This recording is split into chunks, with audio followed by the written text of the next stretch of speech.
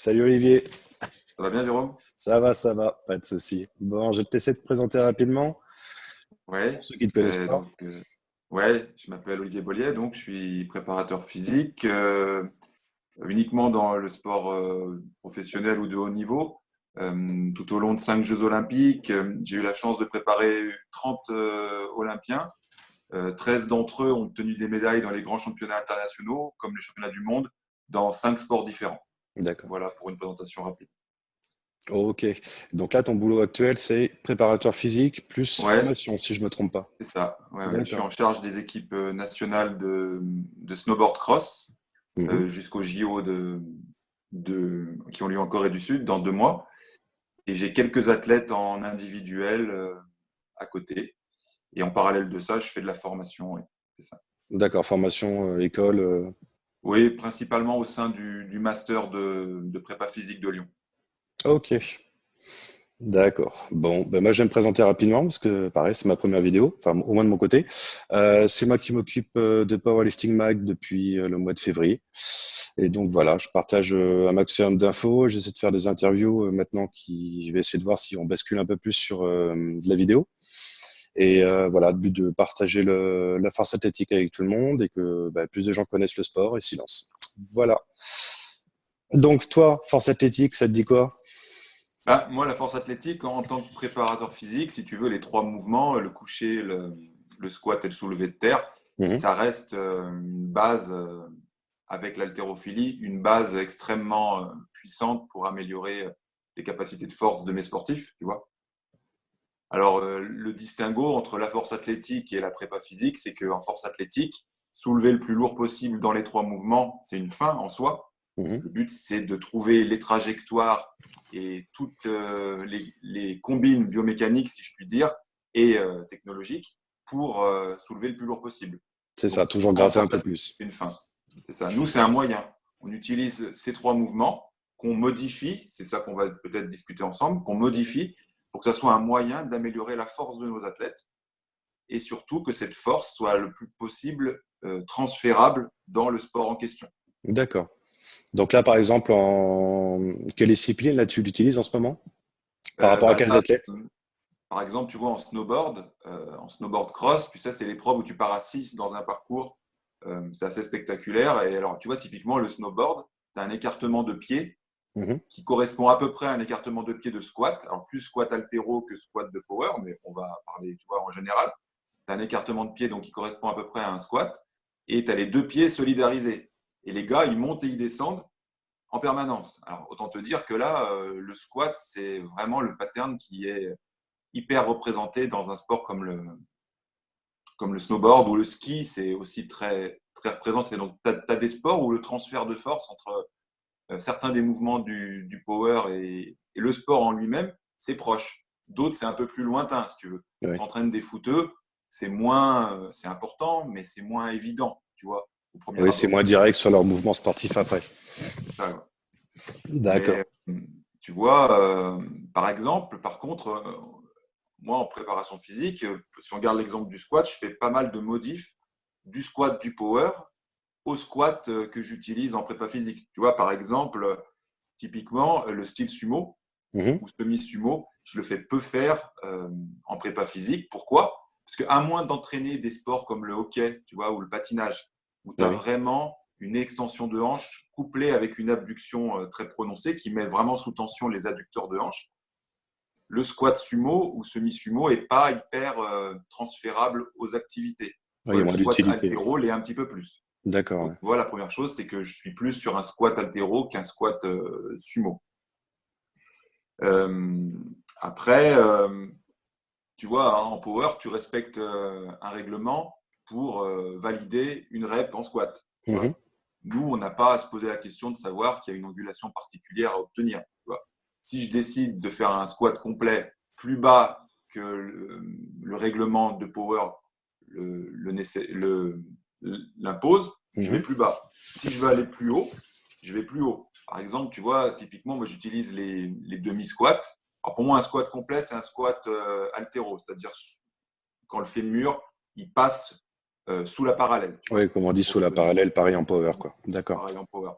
avec un écartement de pied, par contre, plus modéré. Tu vois. D'accord, donc plus du travail sur les quadrilles. C'est ça. Ok.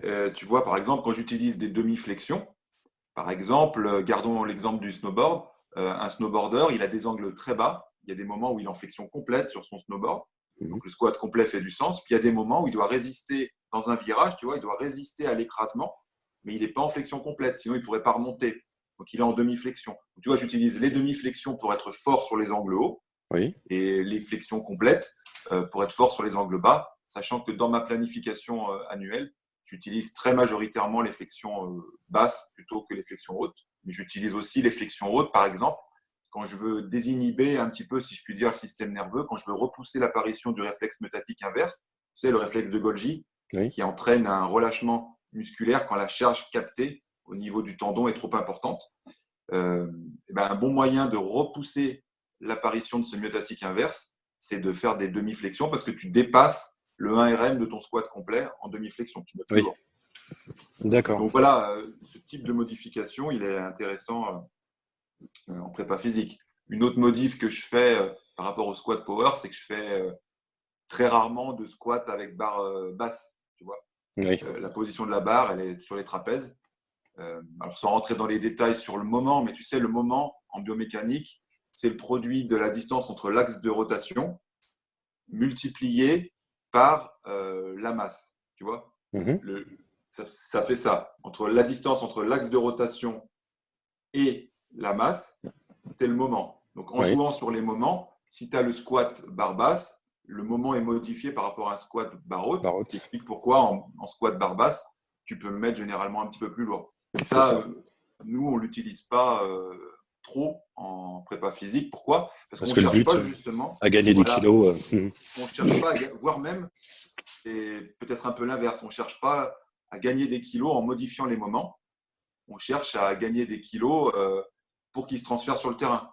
Tu vois, c'est pas, je m'en fous de faire 10 kilos de moins sur mon squat. Donc Par après, contre, ça se c'est répercute. pas utile sur le terrain. Donc, tu vois, c'est ce type de modification que je fais, par exemple, sur le squat, pour prendre ce premier mouvement quand on a commencé à Mhm. parler de lui. Et le squat, là, ça représente combien à peu près sur tes entraînements? C'est un exercice que tu utilises quasiment à chaque entraînement ou c'est par période? Alors, ça dépend du sport, mais dans des sports qui Oui. sont vraiment à dominante membre inférieur, Mhm. ouais, c'est très souvent, quoi. C'est pas à chaque entraînement, mais disons sur 3 séances de muscu par semaine, il y en a au moins 2 Oui, quand même, avec hein. un squat ou un autre, tu vois. Squat Pas ou forcément variante. Mhm. squat ou variante. Mais c'est vraiment pour des athlètes de haut niveau et puis pour des sports où tu en as besoin, ça saute aux yeux, quoi. Tu vois. Ok. Bon, et sur le développé couché, donc je voyais que tu avais une méthode différente Oui, de alors nous. par exemple, tu vois, déjà le développé couché, la première chose que je fais pas par rapport au power, c'est que je fais pas un pontage excessif, tu vois. Oui. Parce que là encore, en pontant et en prenant un écartement des mains max, tu vois, tu cherches quoi? Tu cherches à avoir le trajet entre la barre et le sternum le plus Bah, court tu cherches possible. à minimiser le mouvement pour faire un maximum de poids. Normal, comme on Et là, disait il n'y en a plus intro. d'utilité pour vous après, quoi. Pour le sportif, dans ce cas-là, Ça, de ton côté, il n'y en a pas, quoi. tu vois, avoir le trajet le plus court possible pour lever le plus lourd possible, non seulement ça sert à rien, mais en plus c'est contre-productif. Mhm. Parce que tu n'as pas beaucoup de situations sportives où tu as besoin d'exercer une force de répulsion avec un écartement des mains de, je crois que c'est 82 cm le règlement Mhm. en power. Donc, tu vois, par exemple, je regardais l'équipe de France de bobsleigh qui est en train d'essayer de se qualifier pour les JO. Quand ils poussent, tu vois, bah là on voit pas bien, mais quand ils poussent le bobsleigh, Oui. l'écartement des mains, il n'est pas de 80 cm, tu vois. Mhm. Donc même quand tu Donc, pousses une c'est voiture s'adapter, quoi. Bah, qui est t'es à pas non plus l'arrêt, comme ça, ouais. tu n'es pas dans une position liée au power, ce qui est normal, parce que nous, on ne cherche pas à limiter le trajet, voire même on cherche à avoir le trajet le plus long possible. Mhm. Donc, tu vois, je suis plus sur des squats avec des couchés avec des écartements de mains qui sont bien plus proches, quoi. Tu vois, D'accord. typiquement, c'est la première chose que je fais. Donc, pas de pontage, parce que non seulement il faut y être préparé et à supporter le pontage, tu C'est ça, vois, oui. ça ne se fait pas du jour au lendemain. Et en plus, ça ne fait pas de sens en prépa physique. Mais en power, ça fait 100% de sens. D'accord, ouais. Après, tu vois, j'utilise aussi des modificateurs de volume, par exemple sur les barres. Tu vois, j'ai pris un de la salle, tu vois, ça c'est un Globe Grip Z, ça s'appelle. Oui. C'est moins connu que le Fat Grip Z. C'est un truc que tu clipses sur ta barre et tu te retrouves prêt à la saisir en prise mixte. D'accord.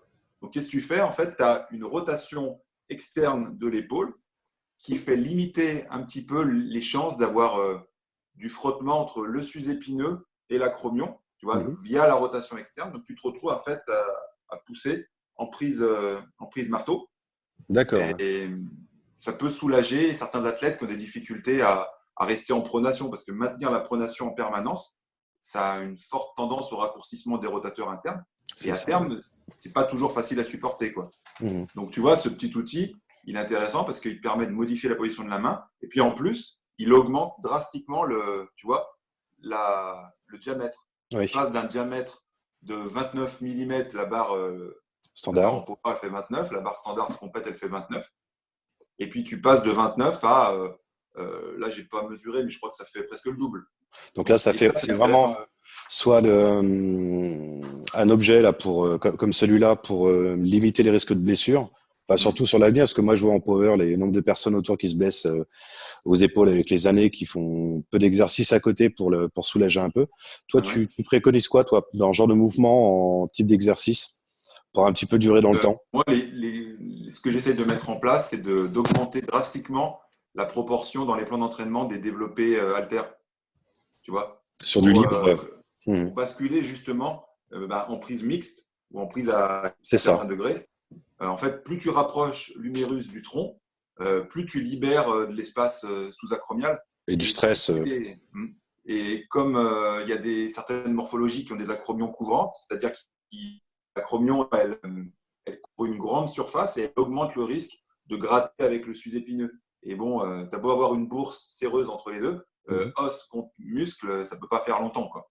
Donc, tu vois, j'essaye d'augmenter par tous les moyens possibles le travail avec haltères.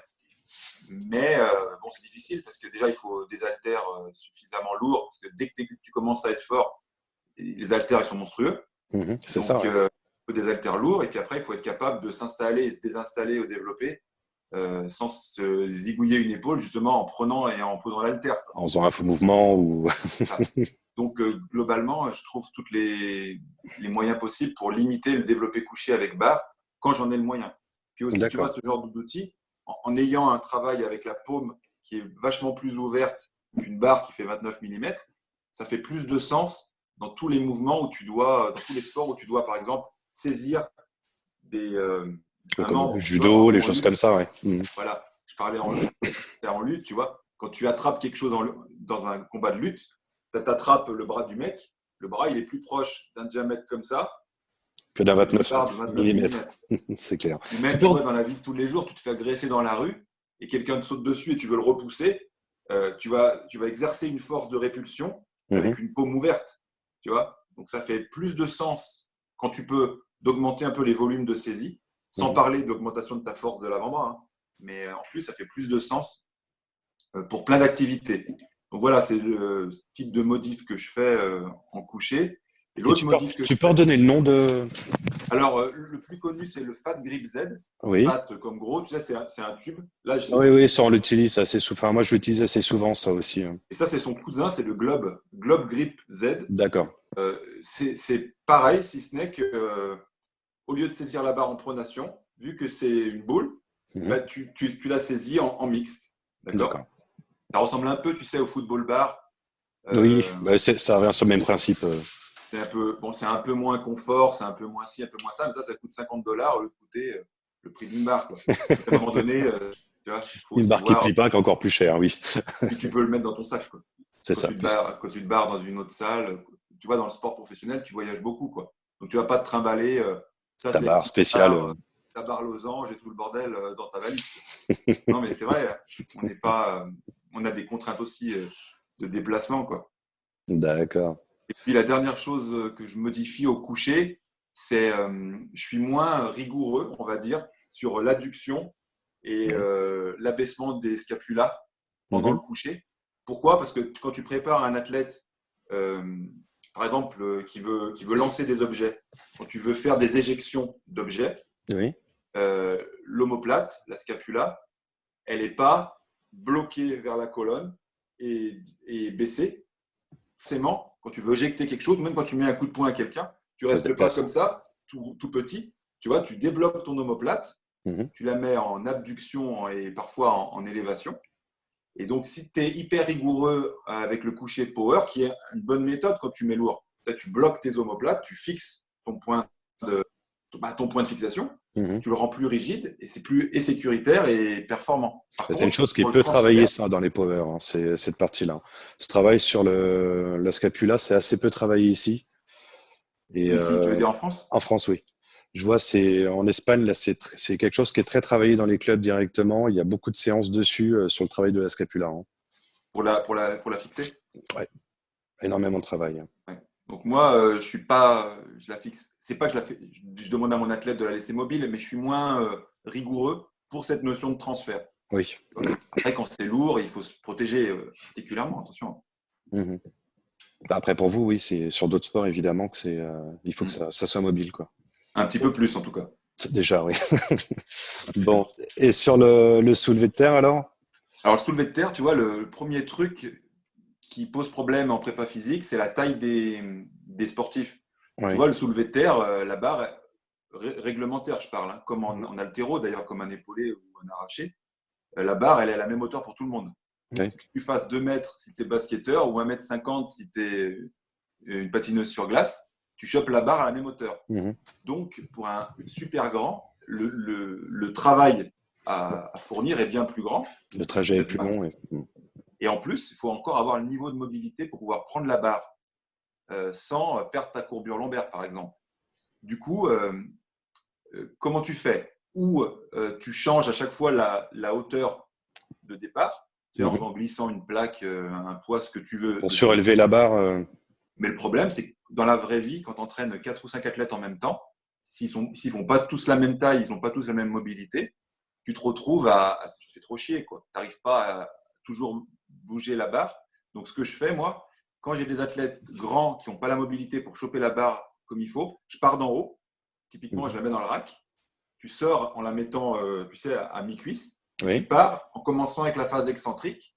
Et tu t'arrêtes à l'angulation où tu peux maintenir tes courbures vertébrales parfaitement. Tu vois, je D'accord. pars d'en haut. Je commence avec l'excentrique. Comme ça, je n'ai pas à prendre une barre trop basse si j'en suis pas capable, en fait, d'un point de vue de la mobilité.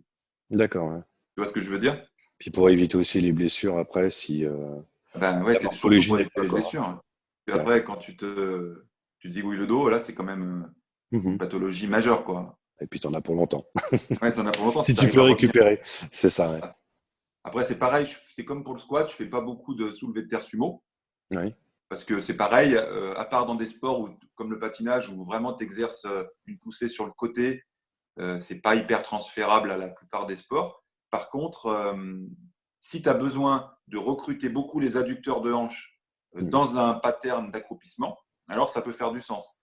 Mais par défaut, j'utilise plutôt le soulevé de terre traditionnel, type D'accord. haltéro. Quoi te dire d'autre sur le soulevé de terre? Oui, j'utilise rarement des sangles. Alors vous, en compète, c'est pas le cas, mais Non. à En l'entraînement, entraînement, oui. Sur des nous, submaximales et maximales, ça peut, oui. moi, j'essaie de limiter les sangles. Pourquoi? Parce que c'est toujours pareil. Imagine-toi, tu es un lutteur ou un judoka, tu t'accroupis pour essayer de renverser quelqu'un qui est au sol. Donc, tu vois, ça ressemble à un soulevé de terre. Tu t'accroupis et Mhm. tu essayes de bouger le mec. Tu vois, en aucun cas, si ta force de saisie est inférieure à ce que tu es capable de faire dans un pattern d'accroupissement et de tirage, alors du coup, ça ne sert à rien de faire 200 kg au terre avec des sangles. Si t'es pas Si, capable de tirer quelqu'un qui fait 80 kilos, quoi. voilà. Du coup, je veux jamais qu'il y ait un maillon faible qui soit limitant dans le sport, quoi. Donc, j'utilise pas les sangles, par exemple, ou très peu. Mhm. Tu vois, par exemple, sur 5 séries, je dis aux athlètes, tu vas jusqu'où tu peux. Si vraiment ça coince, c'est quand même con de lâcher la barre et de se faire mal avec. Par exemple, Mhm. sur la dernière, tu dis, mets les sangles. Ou alors, euh, prends une prise mixte. Oui. Tu vois.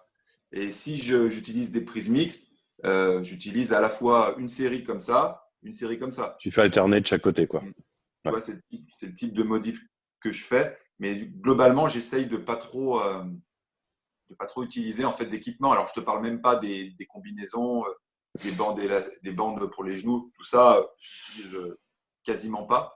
Parce que c'est pareil, tu vois, tu prépares un rugbyman en muscu, tu t'en fous de savoir qu'il est capable de squatter 10 kilos de plus parce qu'il a une ceinture. Parce qu'il a une ceinture, parce qu'il a des bandes, parce que oui. Dans la mêlée, il aura ni ceinture ni bande. Mhm. À quoi ça te sert d'avoir des max plus hauts que tu pourras jamais transférer à l'activité? Donc, j'essaye toujours de limiter tout ce qui est équipement, vraiment au strict nécessaire, quoi. D'accord. Et les ceintures, tu t'en fais mettre à partir d'un certain poids, un certain Non, pourcentage ou pas du tout? non, non. Alors, quand je récupère des athlètes qui sont déjà élites, qui ont déjà travaillé, qui ont déjà un certain âge, qui ont l'habitude de les utiliser, Ouais. c'est difficile de leur enlever quand même. Mhm. Mais quand j'ai la possibilité de former des athlètes ou de les avoir relativement jeunes, je leur donne l'habitude de pas mettre les ceintures. Après, moi en prépa physique, je dépasse sur une planif annuelle, Mhm. je mets jamais plus de 20% de ma planif annuelle en force max, c'est-à-dire sur 5 reps et moins, D'accord. tant que mon athlète il n'est pas capable de squatter en squat altéro 1,9 fois son poids de corps pour un mec et 1,5 fois pour une fille. Tu vois, D'accord. tant que tu fais pas 1,9 fois ton poids de corps en squat altéro ou 1,5 fois pour une fille, je ne mets pas plus de 20% de ma planif annuelle Mhm. en force max. Donc tu vois, je suis rarement en fait sous 5 reps, à part pour des niveaux de force que je t'indique là. Ouais, oui. Du coup, euh, les ceintures, je préfère pas, quoi, pour toutes ces raisons-là. Bah, c'est Si tu as vrai. été éduqué comme ça, tu ne te rends pas compte de ce que ça peut t'apporter quoi, en termes de force. Mhm. Mais c'est une force qui n'est pas transférable au terrain. Le Mais jour où même, on peut mettre la même en ceinture. force athlétique, c'est ce que je recommande aussi, quoi. J'avais écrit un article dessus. De ceux qui sont habitués au démarrage, c'est que c'est toujours compliqué de l'enlever, mais ceux qui sont pas habitués, les débutants par exemple, de pas la mettre, d'y aller de toute façon mollo, ça sert à rien de monter sur des maximums et comme un bourrin dès le démarrage. Et pourquoi pas après les utiliser sur des maximaux, un côté pour se rassurer, l'autre côté aussi pour bah, si tu n'as pas assez de force dans les lombaires ou dans les abdos, bon. Après, je pense que ça peut aider. C'est vraiment sur le principe de vouloir faire des maximaux. Ouais. Mais sinon, sur des faibles pourcentages, sur des longues répétitions, je pense pas qu'il y ait d'intérêt, quoi. Tu vois, si tu n'as pas la chaîne postérieure au niveau, par exemple, lombaire ou thoracique, si tu n'as pas la chaîne postérieure assez forte pour supporter un RM, à toi de faire monter ta chaîne postérieure à ce niveau-là, quoi. C'est ça. Bah, de toute façon, ça bloquera. Soit ça bloque par les abdos, par les lombaires, Soit, soit ça soit- bloque par la prise des mains sur du soulevé de terre, soit ça bloque sur le reste des muscles, hein. Donc oui. c'est simple, quoi. Il faut isoler. Enfin, c'est simple. Oui et non. Il faut trouver dans le mouvement polyarticulaire Mhm. les groupes musculaires qui sont limitants. Quand tu Ouais, les as faible. identifiés, tu les fais monter pour qu'ils soient de moins en moins limitants. Mhm. Et comme ça, toute la chaîne musculaire profite d'une amélioration du facteur limitant, quoi, en gros. D'accord. Et toi, sur des exercices polyarticulaires, tu fais comment pour voir un athlète s'il a des facteurs limitants? Alors, Suivant la position, suivant l'endroit où ils n'arrivent pas à ouais, soulever, ça, je tirer. ne vais pas tout développer dans cette vidéo, mais Mhm. il y a sur la façon de faire, par exemple, au soulevé de terre, si tu lèves le cul en premier, tu vois, ça peut vouloir dire des choses. Mhm. Après, moi, j'ai une batterie de tests en fait, où tu utilises des ratios, tu vois, entre certains mouvements qui Mhm. donnent des indications après sur les portions faibles ou les D'accord. groupes musculaires faibles. Mais déjà, sur la façon de faire, c'est typique. L'exemple le plus typique, c'est celui-là, quoi. Oui. Lever le cul au soulevé de terre et du coup le transformer, surtout si tu es petit, tu transformes ton soulevé de terre en soulevé de terre roumain, finalement. Mhm. Ouais, c'est ça, oui. Bah, c'est Ce qui comme n'est le pas une squat. mauvaise chose pour tirer lourd. Comme le squat, ceux qui font du good morning à la fin en remontant avec le dos parallèle au sol, quoi. Ça valide le règlement, quoi. Mhm. Tu la valides ta rep, tu vois. Mais nous, en prépa physique, valider une rep en faisant un super sumo qui ressemble plus à un good morning qu'à un squat, Au risque de se blesser. au risque de se blesser, nous, tu vois, pas de transfert, un ratio risque-bénéfice hyper mauvais. Mhm. Voilà. Par contre, c'est sûr que ouais, si ça valide ta rep, ça valide ta rep, hein.